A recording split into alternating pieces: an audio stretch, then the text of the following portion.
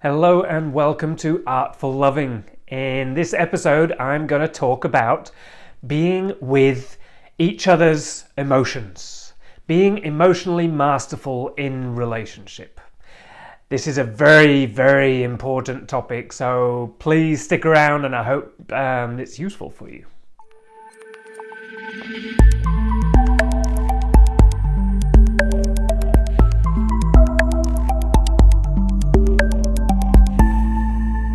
Hi there, I'm Nick Tovey, relationships and intimacy counselor and coach.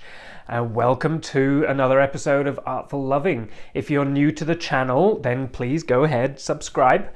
And if you would like to learn a little bit more about myself and my work, then go ahead and check out my website, nicktovey.com. And of course, if you'd like to dive in deeper to this work, this conversation, be a part of a community, then come over and join us on Patreon for patron-only content and experiences. So hello there. This is a week late. I'm very, very sorry. You're not losing your marbles. I didn't appear. I was a week absent, and I'm very, very sorry about that. I got attacked by the COVID.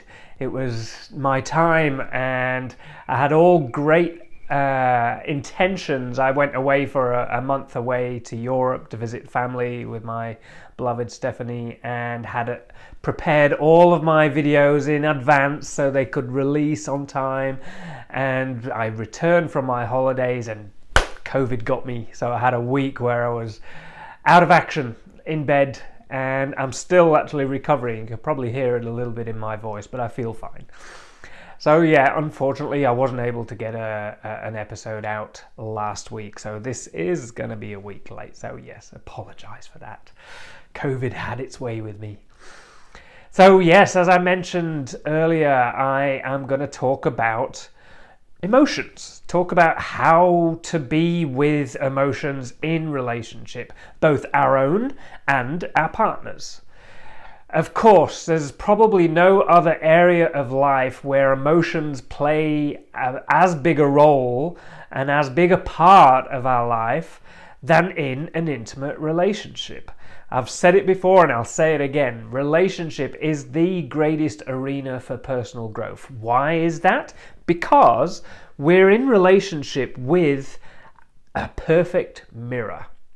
This other person that we're in relationship with is going to show us all of our shit, all of the stuff that we'd rather hide, that we'd rather ignore, that we'd rather shove under the carpet and pretend don't exist.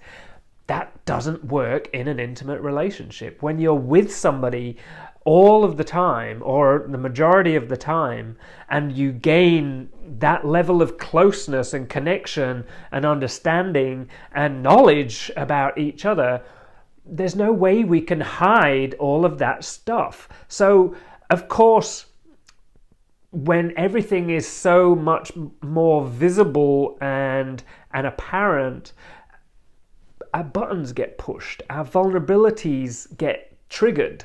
If we have a certain fear or insecurity or anxiety about something, it's going to show up in an intimate relationship more often than in any other field of our life.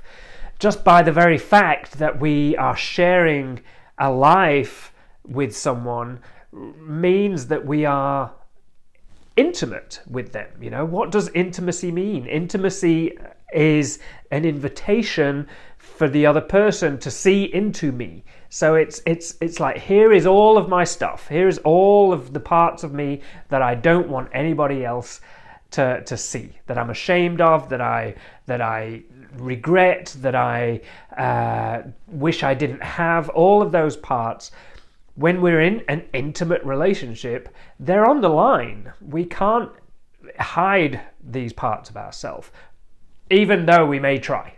Yeah, and this is, of course, one of the biggest breakdowns of connection in a relationship, is when we try our best to shield ourselves from vulnerability.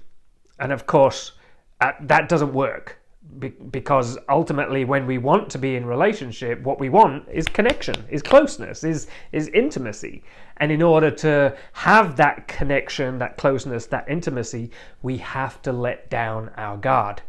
And that is fucking scary, yeah? There is no secret that to be intimate is one of the most scary things we can do in life. To be intimate requires vulnerability.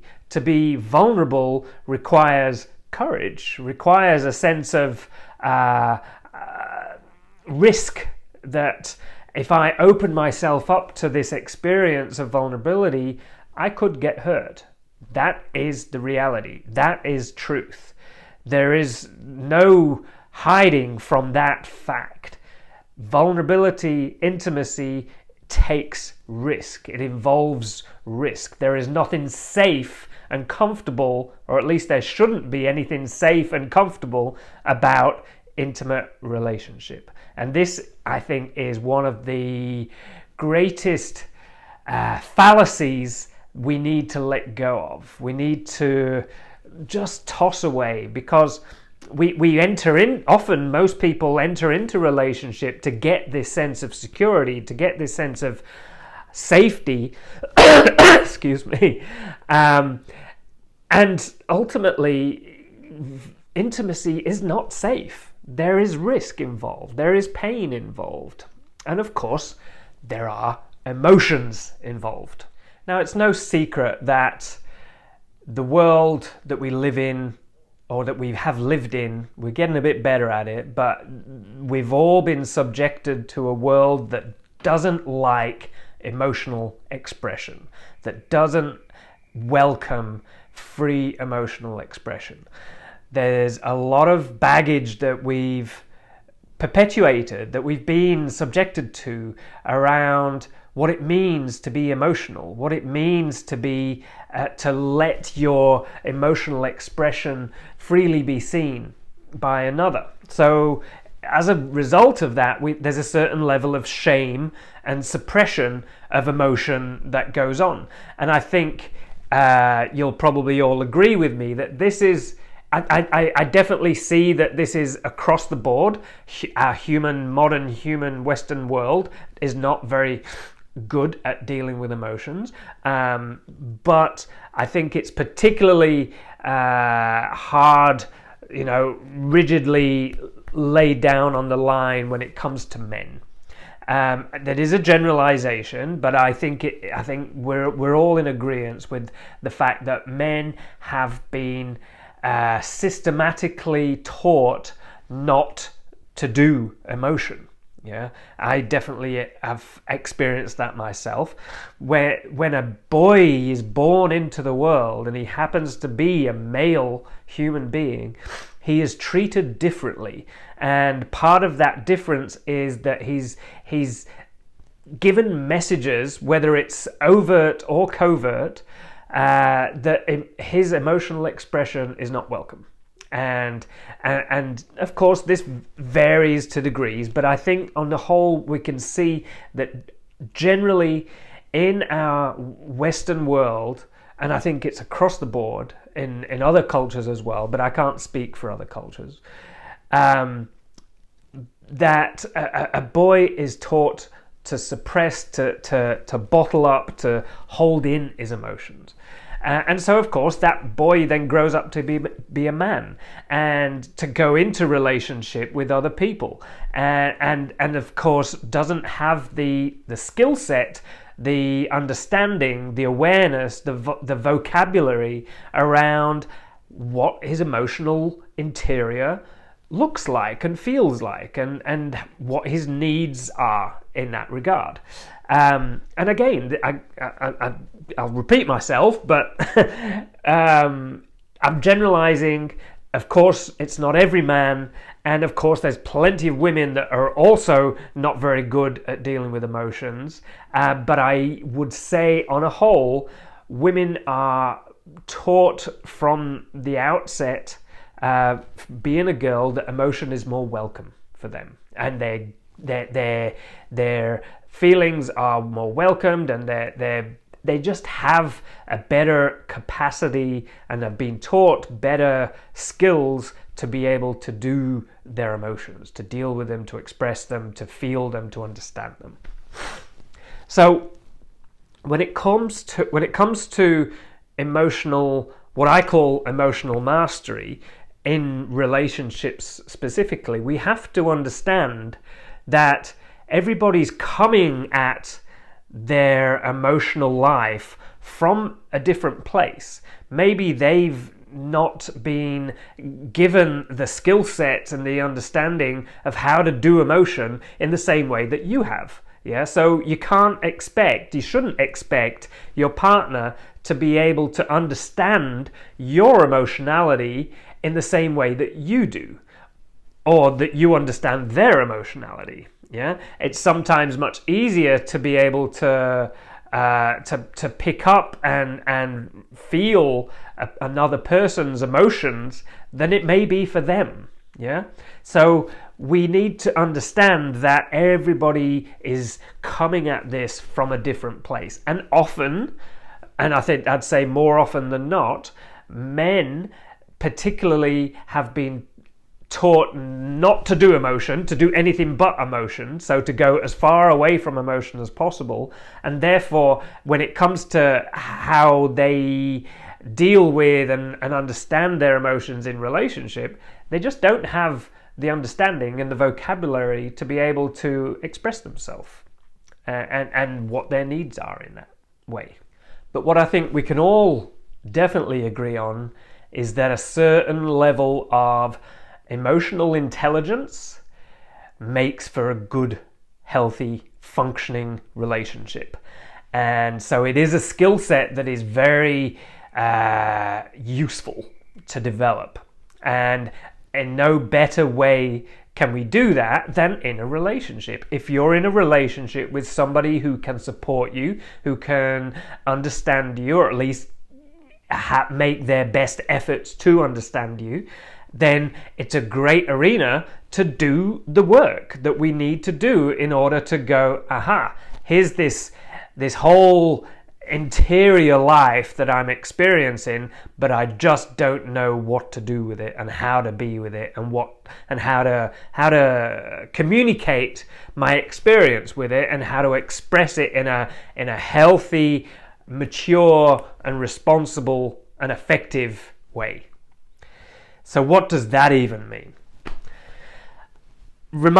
I'll just turn back a little while to, I think it was episode 2, where I talk about the 4 pillars of the revolutionary relationship.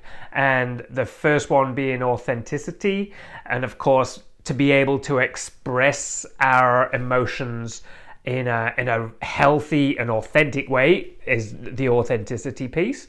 But then the second pillar is accountability.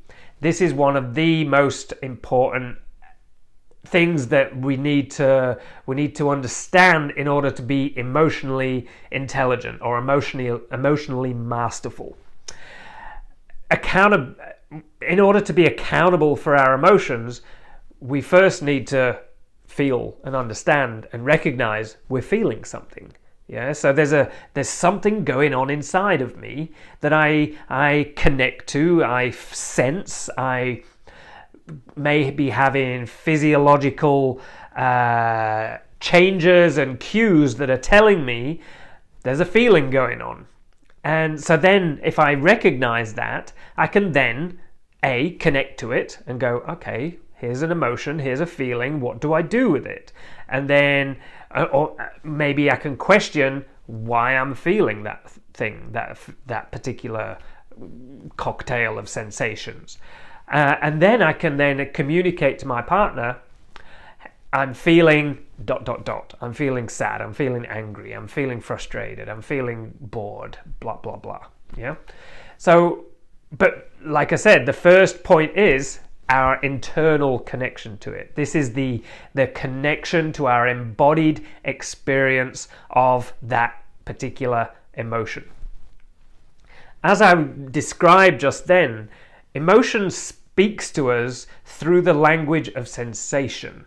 So therefore, it's an embodied experience. We need to be in the body to be able to recognize here's an emotion that I'm feeling inside of me.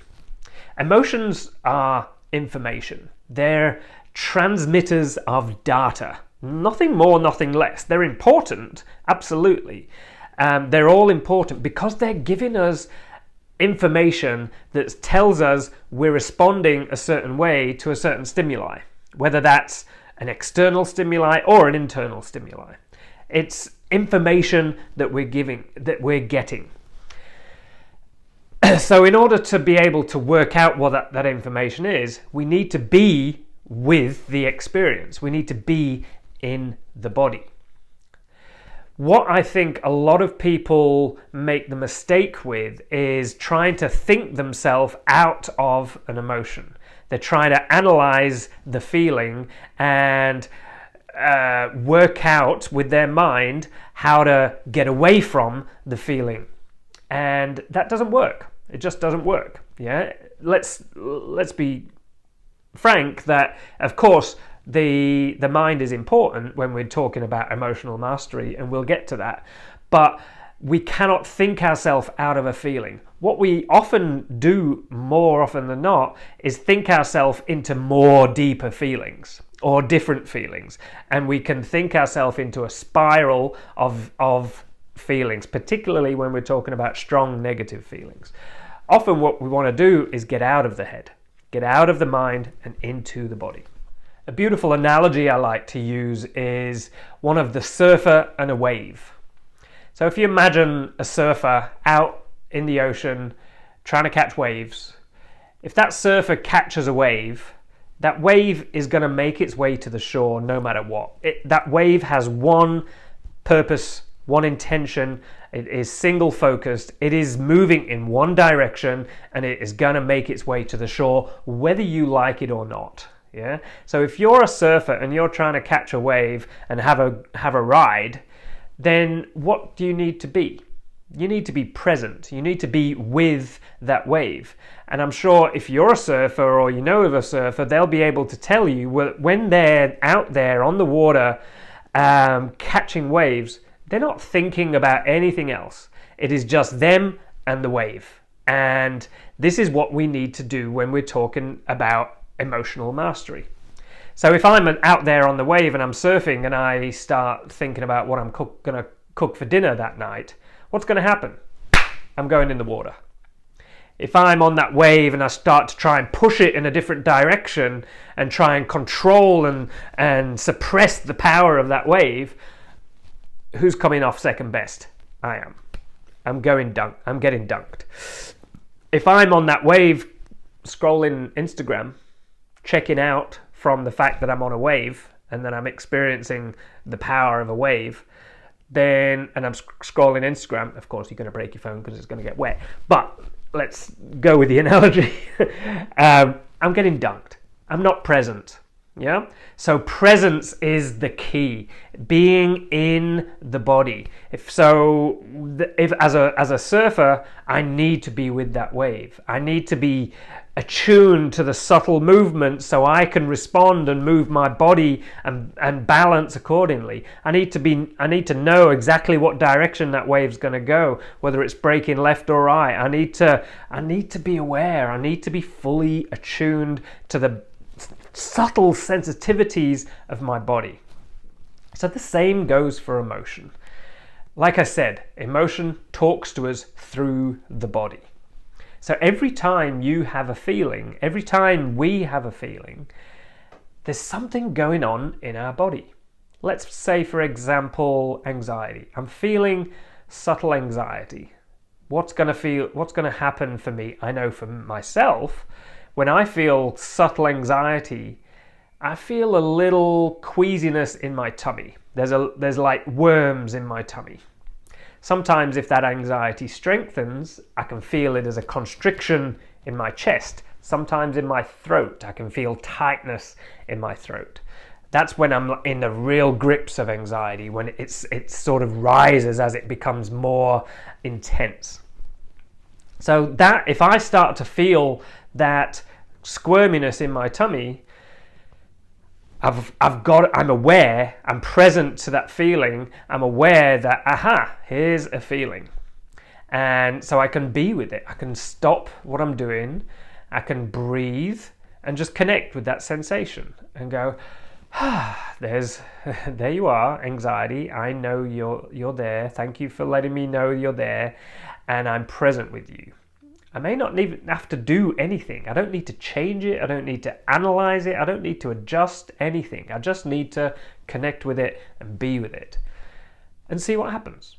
It may change. It may fluctuate. I may get a thought about why the anxiety is there. But what I don't want to do is go straight up into thinking about why I'm anxious, because that doesn't work. What is anxiety? Anxiety is a fictitious fear about, let me rewind. It's a fear about a fictitious future. Yeah, it's a fear of a future that I don't even know exists, but I'm creating the imagination of a scary future. Yeah.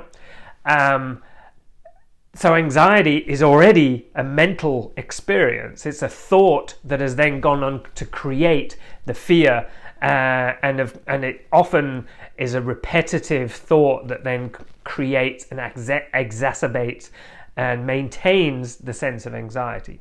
So I need to change that. I need to shake it up. I need to re-pattern my thinking in order to shift that feeling. Like I've said, the most important thing is that we're connected to the body so we can be aware of when we're having a feeling, having an emotion, and being attuned to the physiological cues that are showing us and telling us something's going on inside of us. We cannot hope to be attuned if we're not present, if we're checking out with any of the myriad ways in which we avoid feeling. Social media, work, pornography, drugs, alcohol, smoking, so many different ways in which we avoid our interior experience. So then what do we do with the emotion once we're aware that we're having an emotion? I mentioned it before, but a good way to be with that emotion is just to connect with it. Not try and change it, adjust it, analyze it, do anything with it, but just connect. Go, aha, I can feel that I'm having that experience. And of course, being with that experience may be uncomfortable, and that's okay. What's important is that we get comfortable with the discomfort of being with our uncomfortable feelings. Yeah, it's okay to have an uncomfortable feeling. It's okay to not feel perfect. We don't need, the pursuit of happiness is such a problem for us because it creates this sense of denial and fear of anything that isn't happiness. Yeah, so we tend to try and look for the light and the beautiful experiences, and of course become very averse and avoidant of anything that doesn't feel good. The reality is life has its ups and downs. Being a human being, a big part of being a human being is being emotional, is having the capacity to navigate those fluctuations of feeling and emotion as they move through and create color on the tapestry, the painting, which is life. Yeah, so we need to be comfortable with the discomfort of uncomfortable feelings. So if I'm having an uncomfortable feeling, just be with it, notice it, be connected and recognize, aha, here it is. If I'm feeling anger. Anger is a strong emotion. It has lots of physiological cues, tension, increased heart rate, blood boiling, heat, shaking, grinding our teeth, furrowing our brow, so many different things that are great physical cues to tell us I'm angry. And of course, the racing mind comes from that. But what we want to, the racing mind isn't anger. The feeling is anger. Yeah. So get out of the racing mind, come down into the body. Whew, what am I feeling? Ooh, I'm feeling tense. I'm feeling agitated. I want to punch things. I want to break things. I want to scream. Maybe it's a good thing to do. Maybe that's exactly what we need to do. Grab something like this and a pillow and just scream into the pillow. It's a beautiful way to just move that energy, allow that energy to just move. That's what emotion is. It's energy in motion. It wants movement. If we stop it, we subdue it, we suppress it, we try and contain it in a nice little tidy package with a bow on it, it doesn't like that. It's going to explode at some point. So give it some expression. On the other side of expression, we may start to feel differently, and we may start to understand why I'm feeling that way. What was it that triggered that state of anger?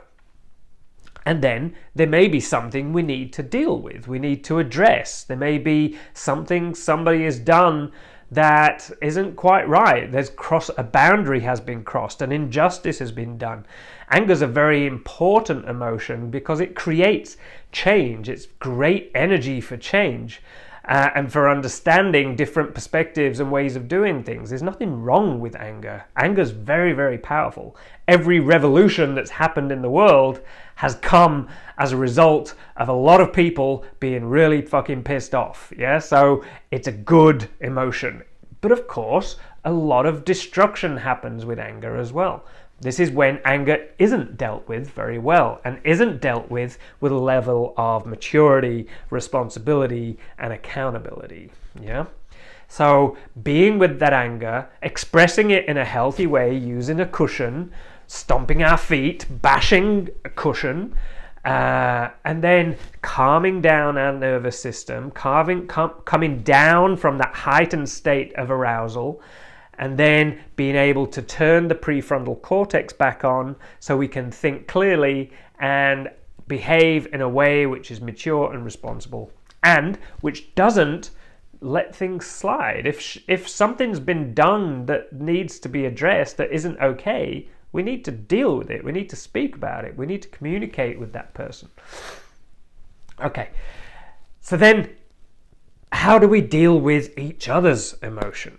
This is an important one as well, because when somebody else, particularly someone we love and care for and we're really close to, when they're having an emotion, it can make us feel really uncomfortable. We could feel scared of their emotion. We could feel nervous. We could feel angry that they're angry at us or upset with us, or we may feel shame. We may feel all sorts of things in response to our partner's emotion. It's very important to recognize our own response to somebody else's emotional state. Somebody else's emotion is theirs. It's not ours. Yeah, it's their experience, and so we need to allow them to have their experience. Let them do what they need to do, and we can support them to express their emotion in a healthy way. We can support them by listening to them, by trying to understand their perspective and where they're coming from and why they're feeling the way they're feeling.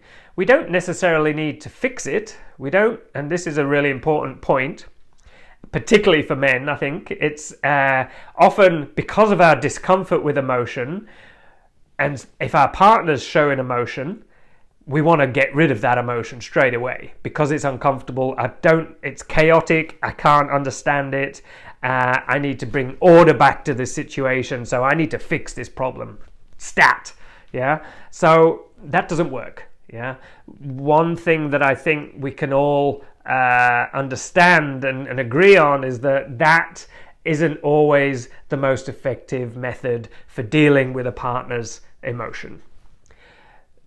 Often, all that's necessary is to be listened to be heard, given space for us to express ourselves, whether we need to cry, whether we need to scream, whatever we need to do, and then to be able to talk about what's going on for us. What are we experiencing? Why are we experiencing what we're feeling?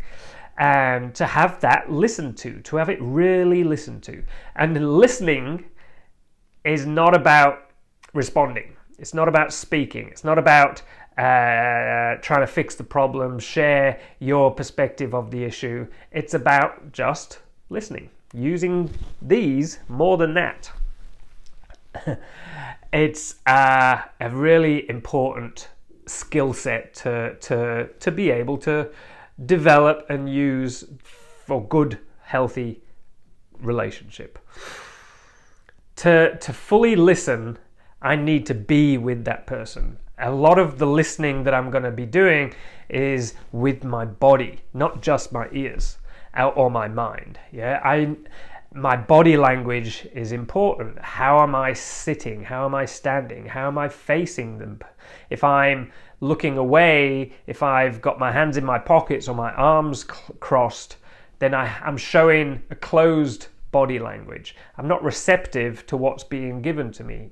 So the other person's going to feel that. They're going to be less likely and less trusting that they're really being listened to, whether they're conscious of it or not. A lot of these things happen unconsciously.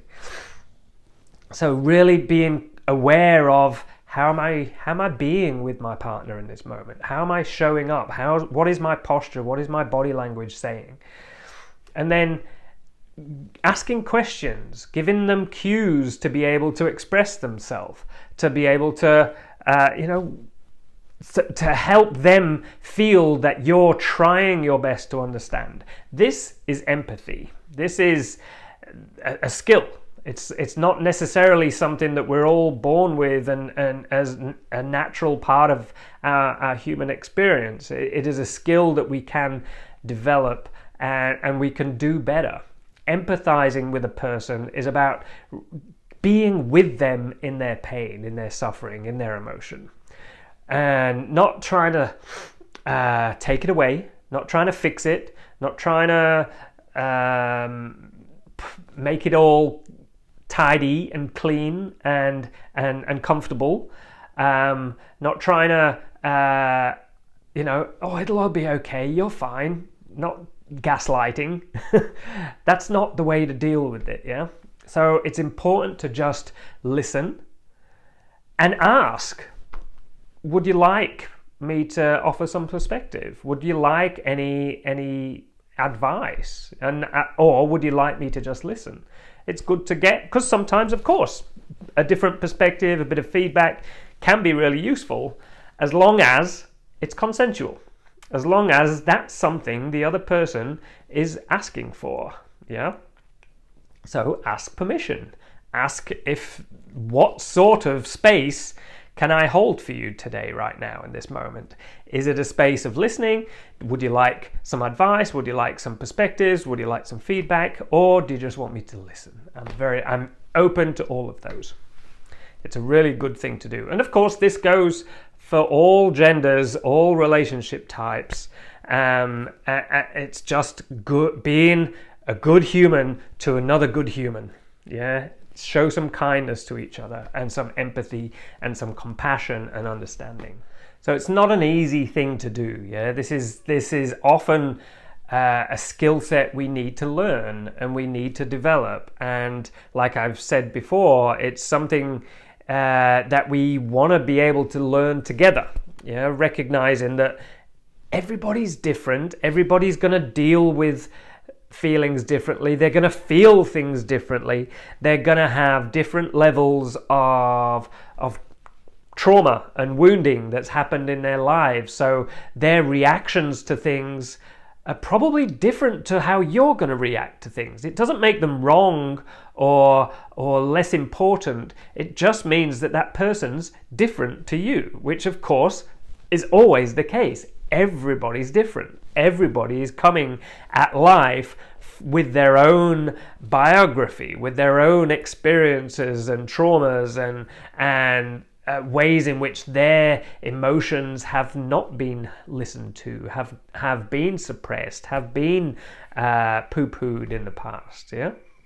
So it's important to bring a level of understanding to that. And of course, to be able to understand each other's emotions and their emotionality, we need to enter into this experience, into this experiment, if you like, from a place of inquiry, from a place of willful understanding, trying to find a way to be with each other, to be with our own emotion in relationship as well as with each other's.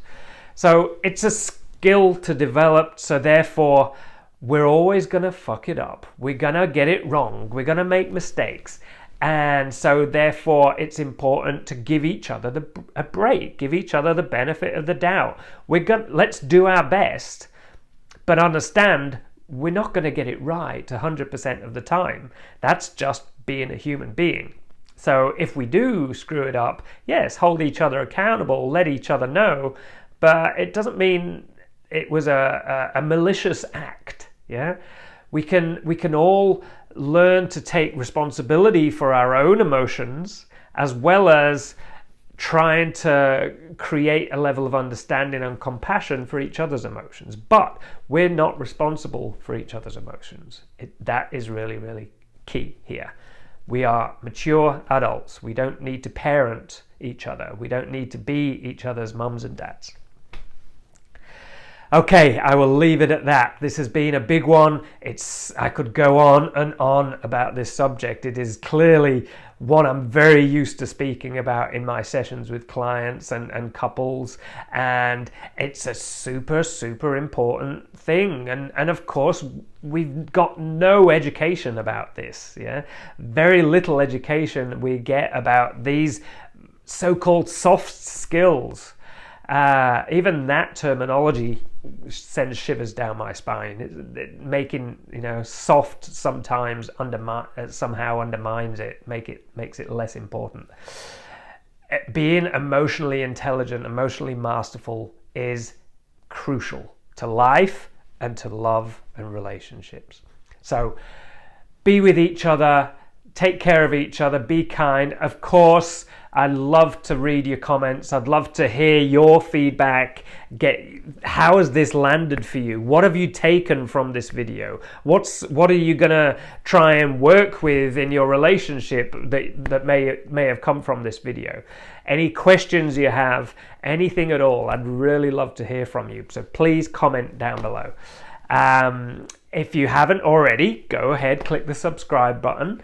And yeah, I'd love to hear from you. Please connect, and I look forward to connecting with you in the next video. Take care.